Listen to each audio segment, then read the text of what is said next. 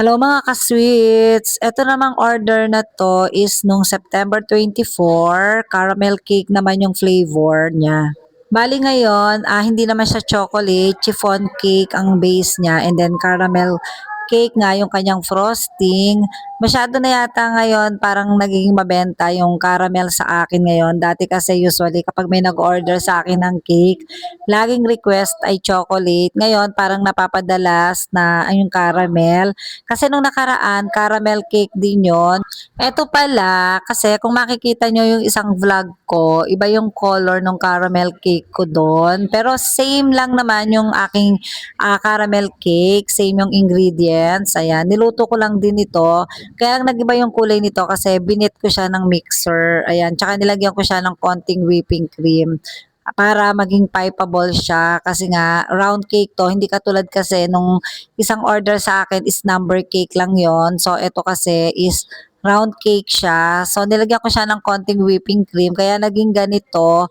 Medyo sobrang stable niya. Sa sobrang stable na nga niya is nahirapan na talaga ako sa kanyang pakinisin talaga. Pero napakinis ko din naman siya pero mas matagal nga lang talaga. Ang size pala ng cake ko ay 6x3, pero medyo tumaas na nga din 'to, parang inabot na nga rin 'to ng 6x4. Sabi ko nga sa inyo, hindi na nga kasi ako talaga nagka-cut kung ano na yung na-bake ko na cake, yun na yung binibigay ko kay client and parang pa-free ko na din sa aking mga client. Ayan, tinataasan ko na siya sinosobrahan ko siya ng konti. Okay lang naman din yon. Sa mga gusto palang mag-order sa akin, PM lang kayo dito sa page ng Gelay Sweets. Ayan, make sure na naka-follow kayo para na-update kayo sa mga post ko. Patapos na nga pala yung cake natin dito. Bali yung kanyang dedication ay isinulat ko na nga lang.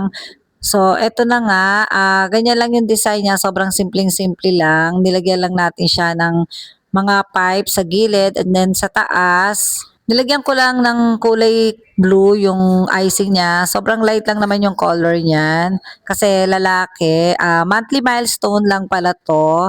Bali pang first month lang ni baby. Super simple lang ng cake. Ayan, minimalist design lang siya. Sobrang ganda. Ayan. Tapos, syempre, nasarapan si client. Yehey! Nasarapan talaga si client sa ating caramel cake.